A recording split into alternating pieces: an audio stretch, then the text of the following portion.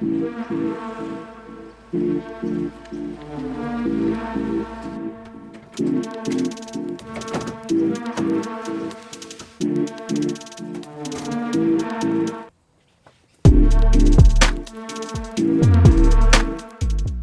and welcome to this episode from Range Woodworking. I'm making something a bit unusual today, and naturally I'm making 10 of them. Which means I have to find an efficient way to make multiple identical products. It's also my first project in my all-new, all-tiny temporary workshop, which changes the way I have to do things. First things first, I have to break down my pieces without my big cabinet saw or drop saw, which means the track saw is going to become my MVP tool for the next little while. Using some of this blue 30mm rigid foam, I can cut 2 long strips before...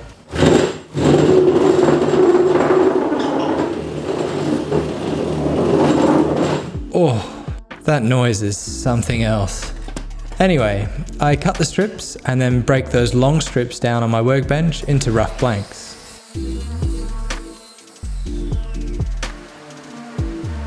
But after burning a bunch of time working to realign the strips after the first cut, I decided to put a clamp on the end so I could move them together. And now we're moving.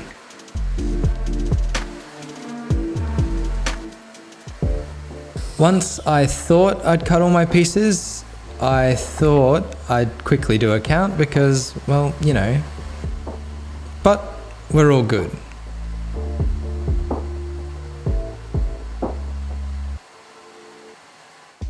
A great way to speed this whole process up and improve the consistency of the product is by making a template. So I cut a piece of 1/4" MDF and knock up a quick design in Illustrator so I can cut it out on the laser.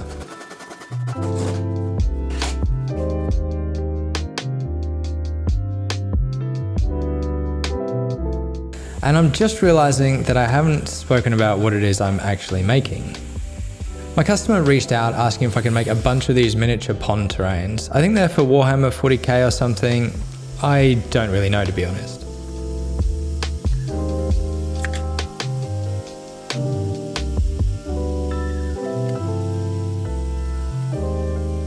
Cheers. Unfortunately, after 2 attempts, I realized my laser is too underpowered to get through this MDF, so I borrowed my friend Luke's CNC. Thanks, Luke. Also, if any desktop laser companies are watching this, feel free to reach out. Shameless. Anyway, I traced the template onto the pieces because I'm going to cut away as much as possible before using the template with the router.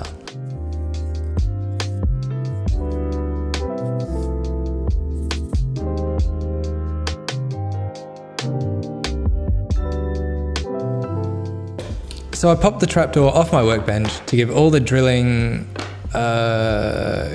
curly bits somewhere to go.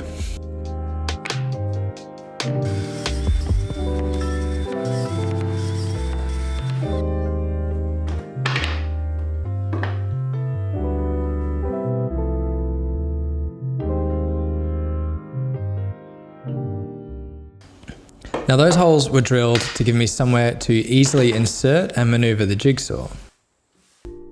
I could have done just the 1 hole and gone around, but I think more holes made it quicker because I didn't have to do the awkward back and forth jigsaw dance every time I wanted to go around the corner.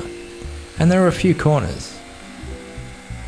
I want to toe that line between getting these done quickly and efficiently, but also cutting relatively close to the line to minimize the work for the router down the line. And looking at this, I probably could have gone a bit closer to the line.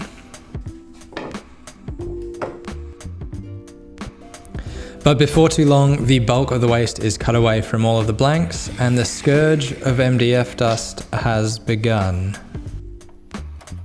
Because I'm in a new workshop and because MDF dust is the actual worst, I decided to make a portable router table that I can set up outside and return all that sawdust to nature. I'll have a video coming up on the router table shortly, so make sure you subscribe to see it when it's all finished. I set up my sawhorses and clamped the table to them securely before inserting this 1/2" flush trim spiral compression bit that's about to have a really long day. I found the best option for securing templates to blanks in terms of speed and security is simply a good painter's tape, CA glue and accelerator. Tape goes on each piece. In this case, I tried to keep the tape from going over the edge of the template that the router is going to follow. And then one side gets the accelerator and the other gets the CA glue. And we're good to go in no time. I'll raise the height of the router to make sure the guide bearing on the bit is the right height to follow the template, and it's time to start making one hell of a mess.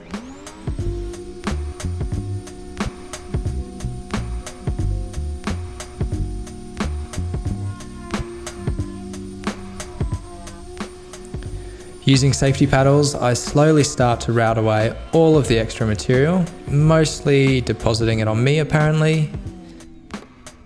And when I'm done, because of that tape, the template comes off pretty easily and I can just repeat through the whole set.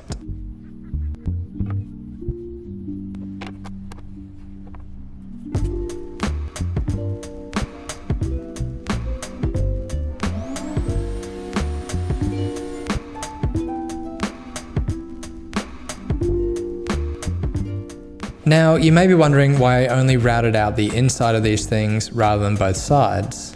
And now, upon reflection, so am I. The workflow I settled on was this: rough cut, route the inside, round over the inside, glue together, template route the outside, and round over. But to save me a router bit change, I could have done this: rough cut, route the inside, route the outside, round over the inside, round over the outside, glue together, template route the outside. I didn't go that way because I wanted to make sure in that last step the router had enough material to follow, and I didn't want the round over affecting that. To be honest, it probably doesn't matter that much, but it just shows that when your focus is efficiency, you have to think a few stages ahead for little ways to improve it.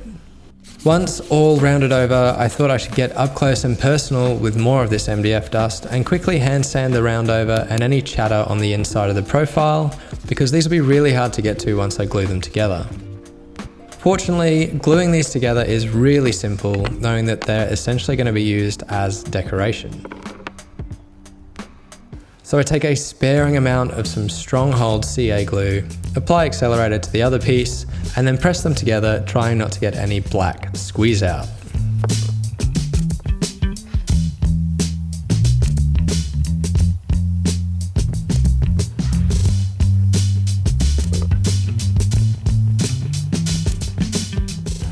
And when they're all glued up, I can get onto template routing my final profile around the outside.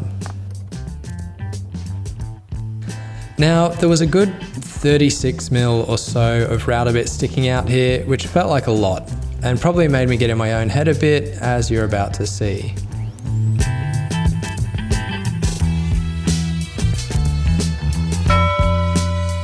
Basically, it was kickback city on this first one. I was a bit hesitant. I went the wrong way relative to the bit rotation. I tried to hog off too much at once, and then I touched the piece to the bit without really having any control of it.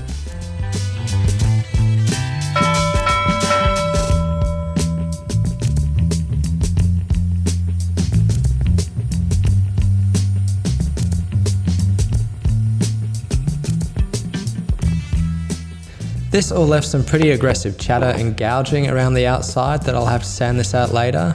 I'll also have to go change my pants because some of those were pretty sketchy. Arguably, I got lucky that it didn't come back at me at all, but it meant I needed to do something to make it easier. And I decided that hogging off some of the excess with a bandsaw would make it significantly safer. So I mark a generous border and get to hogging. Get to hogging? God.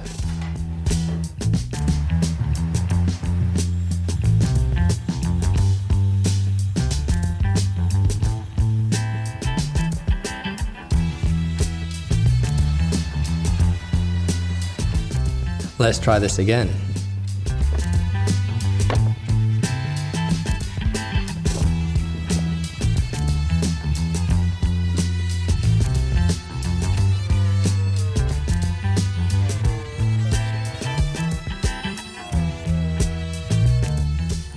much better, much easier, much safer.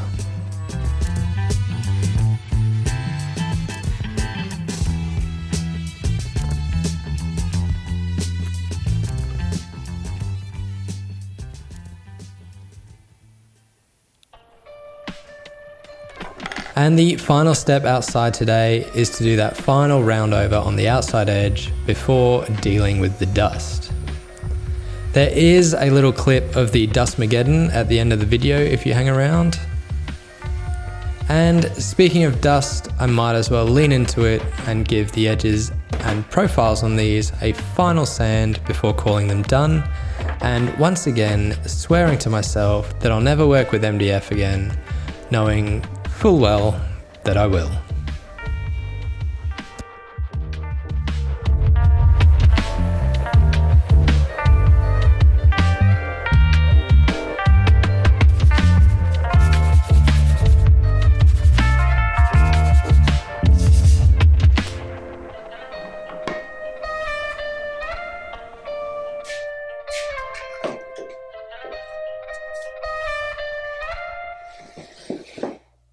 Well, there you have it. 10 of whatever these are. It's been quite an interesting build. First build in the new workspace, temporary workspace. I hope you've enjoyed it or found it interesting. If you have, please consider liking and subscribing. And until next time, take it easy.